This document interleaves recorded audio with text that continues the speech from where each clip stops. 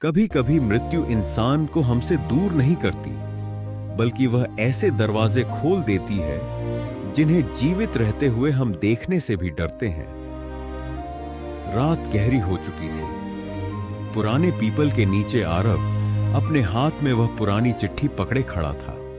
उसके सामने माया अम्मा खड़ी थी और पीछे अंधेरे में जैसे किसी अदृश्य उपस्थिति का एहसास हो रहा था। अभी कुछ क्षण पहले ही उसने अपने पिता की आवाज सुनी थी, आरव, अब तुम्हें पूरा सत्य जानना होगा। आरव ने कांपती आवाज में पूछा, पिताजी, मेरी मां का इस सब से क्या संबंध है? कुछ क्षण तक कोई उत्तर नहीं आया। फिर हवा में जैसे धीमी फुसफुसाहट हुई। तुम्हारी मां से वह बात पूछो जो उसने 20 वर्षों से अपने हृदय में छिपा रखी है। आरव ने माया की ओर देखा। माया की आंखों में आंसू थे। उन्होंने धीरे से कहा, बेटा, तुम्हारे पिता बुरे आदमी नहीं थे, लेकिन उन्होंने अपने जीवन में कुछ ऐसी गलतियां की थीं जिनका बोझ वह आखिरी सांस तक उठाते रहे। आरव ने पूछा, क्या मेरी मां उन गलतियों के बारे में जानती थी? माया ने कहा, तुम्हारी मां बहुत कुछ जानती थी। आरव का मन बेचैन हो उठा। तो उन्होंने मुझे कभी क्यों नहीं बताया? माया ने गहरी सांस ली। क्योंकि कुछ सच ऐसे होते हैं जिन्हें बोलने के लिए इंसान को केवल साहस नहीं, बल्कि सही समय भी चाहिए। आरव ने पूछा, क्या अब सही समय आ गया है? माया ने उसकी ओर देखकर कहा, हां, अब तुम्हारे पिता की मृत्यु के बाद जो कुछ तुम्हारे सामने आ रहा है वह संयोग नहीं है। आरव ने आसमान की ओर देखा। बादल चांद को ढक चुके थे। उसने धीरे से कहा, मुझे सब जानना है। माया ने कहा, तो अपने घर वापस जाओ। अपनी मां से पूछो कि 20 वर्ष पहले की वह रात उन्हें याद है या नहीं। आरव ने पूछा, कौन सी रात? माया ने उत्तर दिया, जिस रात तुम्हारे पिता पहली बार इस पीपल के नीचे आए थे। आरव के चेहरे का रंग बदल गया। लेकिन उस रात क्या हुआ था? माया ने कहा, यह बात तुम्हारी मां बताएंगी। आरव तुरंत घर की ओर चल पड़ा। उसके कदम तेज थे, लेकिन मन में हजारों प्रश्न थे। रास्ते भर उसे अपने पिता की आवाज सुनाई देती रही, आरव, पूरा सत्य जानना होगा। जब वह घर पहुंचा तो देखा कि गौरी आंगन में अकेली बैठी थी। उसके सामने एक छोटा सा दीपक जल रहा था। आरव कुछ क्षण दरवाजे पर खड़ा रहा। गौरी ने उसकी ओर देखा। तुम्हें सब पता चल गया? आरव चौंक गया। मां, आपको पहले से पता था कि मैं क्या खोज रहा हूं? गौरी ने सिर झुका लिया। हां। आरव धीरे धीरे उसके पास बैठ गया। मां, पिताजी की आत्मा मेरे पास आई थी। गौरी की आंखों से आंसू निकल पड़े। मुझे पता था। आरव ने पूछा, आपको कैसे पता? गौरी ने कहा, क्योंकि तुम्हारे पिता ने अपनी मृत्यु से कुछ दिन पहले मुझसे कहा था कि अगर वह अचानक चले गए तो शायद उनका मन कुछ समय तक घर से अलग नहीं हो पाएगा। आरव ने पूछा, उन्होंने ऐसा क्यों कहा?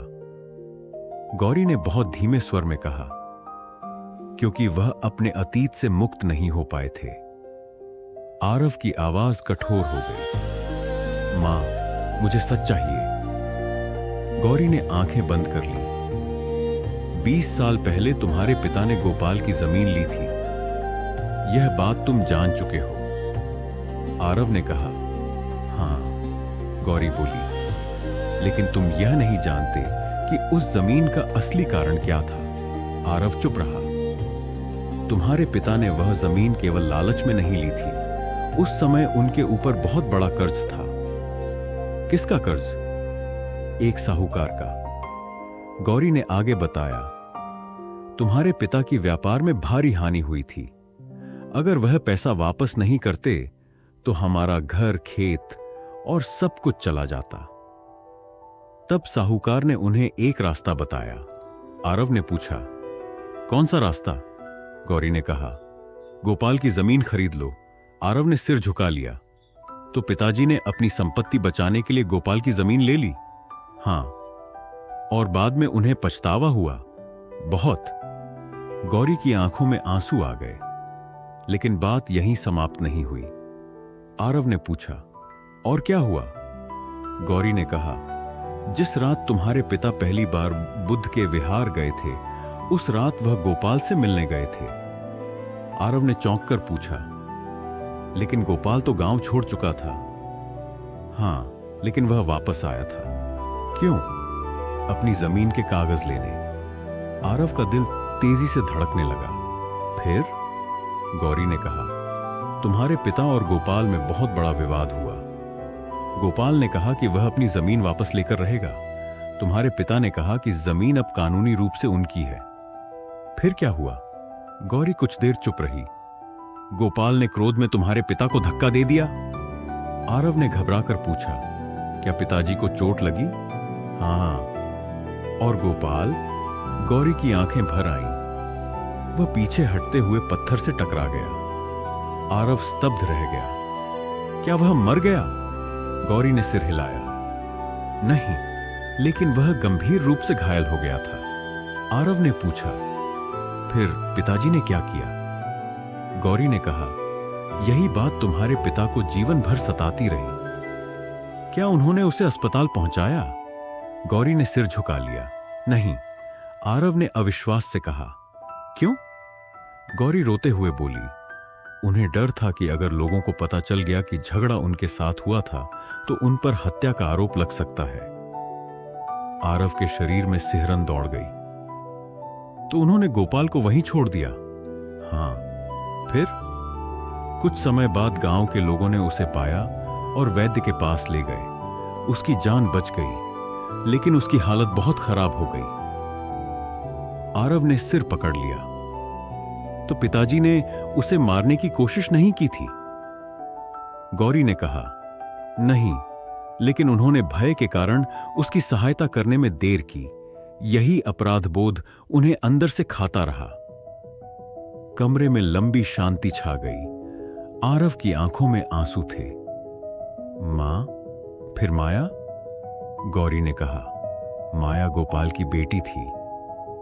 जब उसे सब पता चला तो उसने तुम्हारे पिता से कहा था कि वह धन नहीं चाहती। वह चाहती थी कि तुम्हारे पिता अपने अपराध को स्वीकार करें। आरव ने पूछा, क्या पिताजी ने स्वीकार किया? हां। किसके सामने? भगवान बुद्ध के विहार में। आरव कुछ देर चुप रहा। फिर भी उनकी आत्मा क्यों लौट रही है? गौरी ने धीरे से कहा, क्योंकि उन्होंने एक आखिरी काम अधूरा छोड़ दिया। आरव ने पूछा, क्या? गौरी ने अपनी साड़ी के पल्लू से एक पुराना कागज निकाला। यह तुम्हारे पिता ने मुझे दिया था। आरव ने कागज खोला। उस पर लिखा था, मैंने गोपाल से क्षमा मांग ली, उसकी बेटी को उसका अधिकार भी लौटा दिया, लेकिन मैं अपने बेटे को सत्य नहीं बता सका। मुझे डर था कि वह मुझे अपनी आंखों में गिरा हुआ मनुष्य समझेगा। आरव की आंखों से आंसू बहने लगे।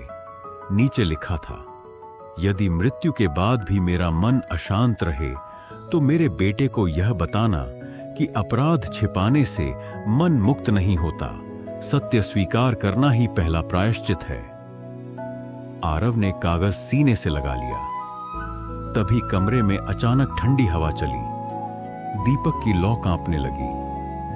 गौरी ने आंखें बंद कर ली और फिर वही आवाज सुनाई दी, आरव। आरव ने चारों तरफ देखा। पिताजी? आवाज आई, अब तुम मुझे दोष दे सकते हो। आरव रोते हुए बोला, मैं आपको दोष नहीं देना चाहता, लेकिन आप मुझे छोड़कर क्यों नहीं जा पा रहे? कुछ देर बाद आवाज आई, क्योंकि मैंने तुम्हें एक झूठ के साथ बड़ा किया। आरव ने पूछा, कौन सा झूठ? मैंने तुम्हें सिखाया कि धन से सुरक्षा मिलती है। आरव की आंखें भर आईं, लेकिन अब समझ आया कि धन घर बचा सकता है, मन नहीं। आवाज धीमी होती गई। तुम्हें एक आखिरी काम करना होगा। आरव ने पूछा, क्या? माया के पास जाओ, उससे कहो कि मैं उसे अपनी बेटी मानता था, लेकिन यह बात मैं जीवित रहते हुए कहने का साहस नहीं कर पाया। आरव ने कहा, मैं कहूंगा। आवाज फिर आई, और गोपाल की स्मृति में जो जमीन मैंने लौटाई थी उसे कभी अपने स्वार्थ के लिए मत बेचना। आरव ने कहा, मैं वचन देता हूं। अचानक सब शांत हो गया। दीपक की लौ फिर स्थिर हो गई। गौरी ने बेटे को देखा। क्या वह चला गया? आरव ने धीरे से कहा, शायद। लेकिन तभी बाहर से किसी के कदमों की आवाज आई। दोनों ने दरवाजे की ओर देखा। माया वहां खड़ी थी। उसके हाथ में एक पुरानी माला थी। उसने कहा, अभी नहीं। आरव ने पूछा, क्या मतलब? माया ने कहा, तुम्हारे पिता का मन अभी पूरी तरह मुक्त नहीं हुआ। आरव ने पूछा, और क्या बाकी है? माया ने अपनी मुट्ठी खोली। उसमें एक छोटा सा पत्थर था। यह तुम्हारे पिता ने मुझे 20 वर्ष पहले दिया था। आरव ने पत्थर देखा। उस पर एक शब्द खुदा था, करुणा। माया बोली, उन्होंने कहा था कि जब उनका बेटा सत्य जानने के योग्य हो जाए तब यह पत्थर उसे देना। आरव ने पत्थर हाथ में लिया। उसी क्षण उसकी आंखों के सामने जैसे एक दृश्य उभर आया। उसने अपने पिता को देखा। धर्मदास पीपल के नीचे बैठे थे। उनके सामने बुद्ध की प्रतिमा थी। वह रो रहे थे और कह रहे थे, भगवान, मैंने धन को अपना सहारा समझा, लेकिन आज समझ आया कि मनुष्य का सबसे बड़ा सहारा उसका शुद्ध मन है। फिर दृश्य बदल गया। धर्मदास गोपाल के सामने खड़े थे। वह हाथ जोड़कर कह रहे थे, मुझे क्षमा कर दो। गोपाल की आंखों में आंसू थे। उसने कहा, मैं तुम्हें क्षमा करता हूं, लेकिन स्वयं को क्षमा करने में तुम्हें बहुत समय लगेगा। दृश्य समाप्त हो गया। आरव ने आंखें खोल दी। उसने माया से पूछा, क्या गोपाल ने सच में पिताजी को क्षमा कर दिया था? माया ने कहा, हाँ। तो फिर पिताजी को शांति क्यों नहीं मिली? माया ने कहा, क्योंकि दूसरों की क्षमा मिल जाना आसान है, अपने भीतर की क्षमा प्राप्त करना कठिन है। उसी समय दूर विहार की घंटी बजी। एक बार, फिर दूसरी बार, फिर तीसरी बार। आरव और माया ने एक दूसरे को देखा। माया ने कहा, चलो। कहां? विहार। अभी? हाँ, क्योंकि तुम्हारे पिता की अंतिम इच्छा वहीं पूरी होगी। तीनों विहार की ओर चल पड़े। रात का आकाश शांत था। पीपल के पत्ते हवा में हिल रहे थे। विहार पहुंचने पर भिक्षु आनंद पहले से वहां बैठे थे। उन्होंने आरव को देखकर कहा, अब तुम्हें सत्य पता चल गया। आरव ने पूछा, क्या मृत्यु के बाद सचमुच आत्मा घर लौट सकती है? आनंद ने कहा, मैं तुम्हें किसी अंधविश्वास में विश्वास करने के लिए नहीं कहूंगा। मृत्यु और उसके बाद की अवस्था के बारे में मनुष्य के पास बहुत सी मान्यताएं हैं, लेकिन एक बात निश्चित है, अधूरे मोह, अपराध बोध और पछतावे जीवित मनुष्य को भी भीतर से भटकाते रहते हैं। आरव ने कहा, लेकिन मैंने पिता की आवाज सुनी। आनंद मुस्कुराए। तुम्हारे लिए वह अनुभव वास्तविक था। उस अनुभव का अर्थ समझना उससे भी अधिक महत्वपूर्ण है। आरव ने पूछा, तो क्या मेरे पिता अब मुक्त हो सकते हैं? आनंद बोले, यदि तुम उनके अधूरे कर्म को करुणा से पूरा करो तो उनके जीवन की कहानी का अंत शांति में हो सकता है। आरव ने पूछा, मुझे क्या करना होगा? आनंद ने कहा, कल सुबह गोपाल के पुराने घर जाओ। वहां जो कुछ बचा है उसे माया के नाम कर दो और फिर उस भूमि पर एक छोटा सा वृक्ष लगाना। आरव ने पूछा, क्यों? आनंद बोले, क्योंकि तुम्हारे पिता ने जीवन में भूमि को संपत्ति समझा था। तुम उसी भूमि को सेवा का स्थान बनाओगे। अगली सुबह आरव ने वैसा ही किया। उसने पिता की संपत्ति का एक हिस्सा माया को सौंप दिया। बाकी जमीन का एक भाग गरीब किसानों के लिए सामुदायिक खेती के लिए दे दिया और उसी पीपल के पास एक छोटा सा नीम का पौधा लगाया। गौरी उसके पास खड़ी थी। माया भी वहां थी। आरव ने मिट्टी में पानी डाला। फिर उसने आंखें बंद करके कहा, पिताजी, आपने जीवन में जो अधूरा छोड़ा उसे पूरा करने का प्रयास मैं करूंगा, लेकिन मैं आपका अपराध अपने भीतर नहीं रखूंगा। मैं उसे सीख में बदलूंगा। हवा चली, पीपल के पत्ते हिले और पहली बार आरव को अपने पिता की आवाज भयावह नहीं लगी। बहुत दूर से जैसे कोई कह रहा था, अब मैं हल्का हूं। आरव की आंखों से आंसू निकल आए। गौरी ने पूछा, क्या तुमने कुछ सुना? आरव ने मुस्कुराकर कहा, हां मां। क्या? पिताजी ने कहा, अब वह हल्के हैं। माया ने आंखें बंद कर लीं। भिक्षु आनंद ने दूर से यह दृश्य देखा और कहा, जब मनुष्य अपने भीतर के बोझ को स्वीकार कर लेता है, तभी वास्तविक मुक्ति की शुरुआत होती है। उस दिन के बाद आरव ने अपने पिता के जीवन को एक अलग दृष्टि से देखना शुरू किया। वह समझ गया कि धर्मदास केवल एक दोषी व्यक्ति नहीं था।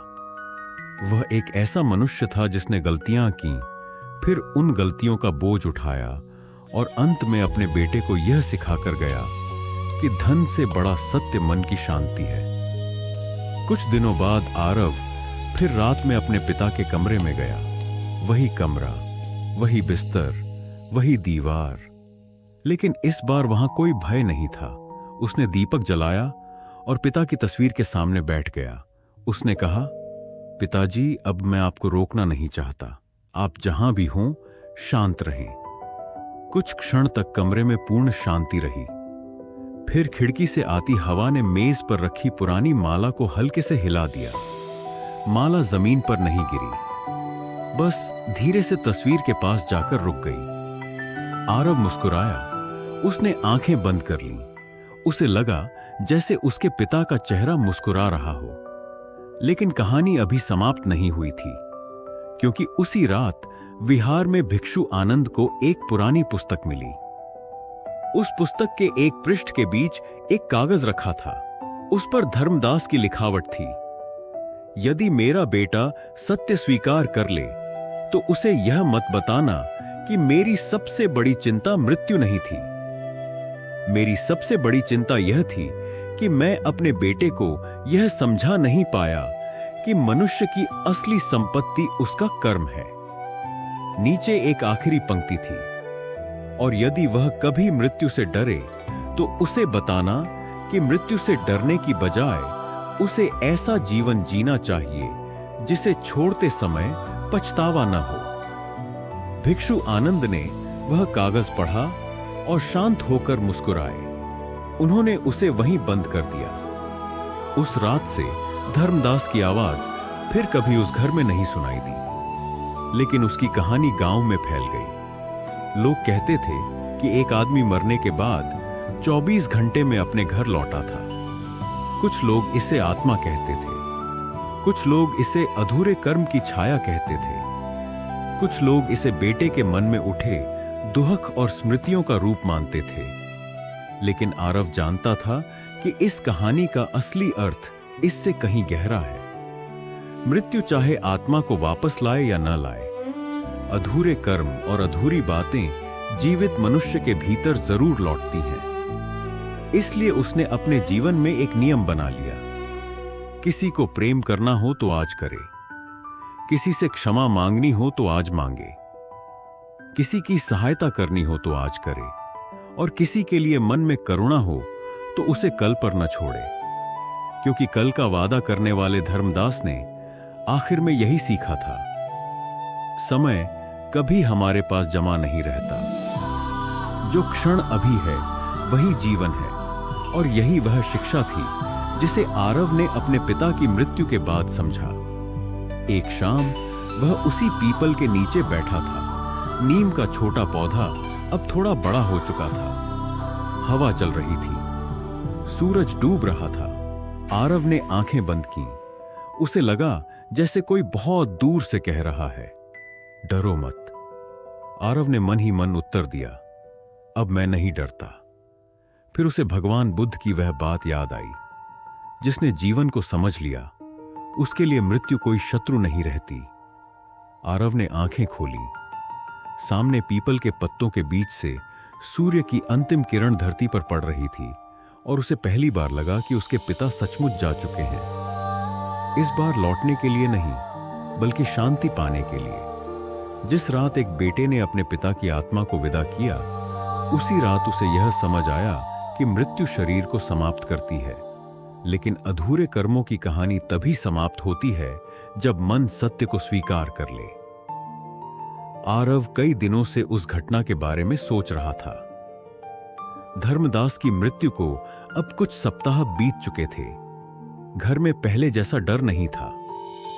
रातें शांत थीं। धर्मदास की आवाज अब सुनाई नहीं देती थी। लेकिन आरव के भीतर एक प्रश्न अभी भी जीवित था। क्या उसके पिता सचमुच मुक्त हो गए थे? एक शाम वह उसी पुराने पीपल के नीचे बैठा था। सूरज धीरे धीरे पश्चिम की ओर झुक रहा था। हवा में मिट्टी और पत्तों की सुगंध थी। नीम का वह पौधा जिसे उसने अपने पिता की स्मृति में लगाया था, अब नई पत्तियां निकाल रहा था। आरव ने पौधे को देखा और मुस्कुराया। तभी पीछे से किसी के कदमों की आहट हुई। वह मुड़ा। भिक्षु आनंद खड़े थे। उन्होंने कहा, तुम अभी भी उसी प्रश्न में उलझे हो? आरव ने सिर झुका लिया। हां भंते, मैं जानना चाहता हूं कि मेरे पिता को सचमुच शांति मिली या नहीं। आनंद उसके पास बैठ गए। उन्होंने कहा, तुम शांति को किस रूप में देखना चाहते हो? आरव ने कहा, मैं चाहता हूं कि मुझे कोई संकेत मिले। भिक्षु आनंद मुस्कुराए। मनुष्य अक्सर संकेत इसलिए खोजता है क्योंकि उसे अपने भीतर विश्वास नहीं होता। आरव ने पूछा, तो मुझे क्या करना चाहिए? आनंद बोले, अपने पिता को जाने दो। आरव ने आश्चर्य से पूछा, क्या मैंने उन्हें पकड़ा हुआ है? हां। कैसे? हर रात तुम उनकी आवाज सुनने की कोशिश करते हो। हर सुबह सोचते हो कि वे कहां होंगे। तुम उनकी मृत्यु को स्वीकार कर चुके हो, लेकिन उनके चले जाने को अभी स्वीकार नहीं किया। आरव चुप हो गया। भिक्षु आनंद ने कहा, जिसे हम प्रेम कहते हैं, कभी कभी वही मोह बन जाता है, और मोह कहता है वह वापस आए। प्रेम कहता है वह जहां है शांत रहे। आरव की आंखें भर आईं। उसने पहली बार महसूस किया कि वह अपने पिता की आत्मा को मुक्त करना चाहता था, लेकिन कहीं ना कहीं वह स्वयं भी उन्हें छोड़ना नहीं चाहता था। उस रात उसने घर लौटकर पिता की तस्वीर के सामने दीपक जलाया। वह लंबे समय तक चुप बैठा रहा। फिर बोला, पिताजी, मैं आपको वापस नहीं बुलाऊंगा। अगर आपकी कोई अधूरी इच्छा है तो मैं उसे पूरा करने की कोशिश करूंगा, लेकिन अब मैं आपको अपने दुहक में बांधकर नहीं रखूंगा। हवा का हल्का झोंका आया। दीपक की लौ कांपी, लेकिन इस बार कोई आवाज नहीं आई। आरव मुस्कुराया। उसे लगा कि शायद यही उत्तर था। कुछ दिनों बाद गांव में एक बड़ी समस्या पैदा हुई। बारिश कम हुई थी। कई गरीब किसानों की फसल सूखने लगी। लोग धर्मदास के पुराने गोदाम की ओर देखने लगे। वहां बहुत अनाज रखा था। आरव के सामने दो रास्ते थे। वह अनाज बेचकर बहुत धन कमा सकता था, या फिर उसे गांव के जरूरतमंद लोगों में बांट सकता था। उसने पिता की तस्वीर की ओर देखा। उसे धर्मदास की पुरानी बात याद आई, धन ही सुरक्षा है।